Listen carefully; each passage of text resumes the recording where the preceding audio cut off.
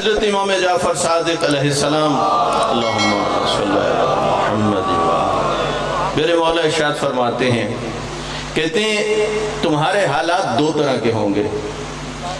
کبھی یہ ہوگا تمہارے پاس نعمت آئے گی اور تم نے اگر اس نعمت کا شکر ادا نہ کیا، اور فرمانا نعمت آئی اور کیا کفران نعمت، امام فرماتے ہیں وہی نعمت تمہارے لیے وبال جان بن جائے گی.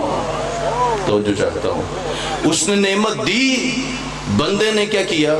کفران نعمت، شکر نہیں ادا کیا. امام کہہ رہے ہیں وہ وبال جان بن جائے گی. اللہ نے کوئی مصیبت میں ڈال دیا، بندے نے صبر کیا، اللہ کو صبر اتنا پسند آتا ہے، فرماتا ہے وہ جو مصیبت تھی تیرے صبر کی وجہ سے اسے نعمت میں بدل دوں گا.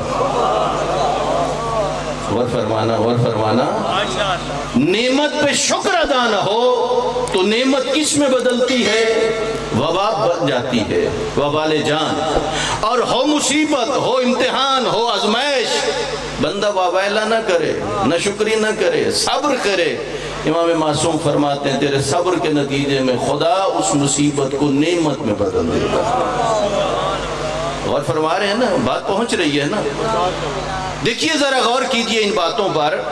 اللہ رب العزت نے قرآن میں ارشاد فرمایا وَمَا بِكُم مِّن نِعْمَةٍ فَمِنَ اللَّهِ.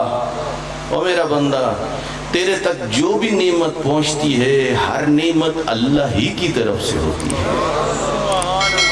اور فرما رہے ہیں ساری نعمتیں کس کی طرف سے ہیں؟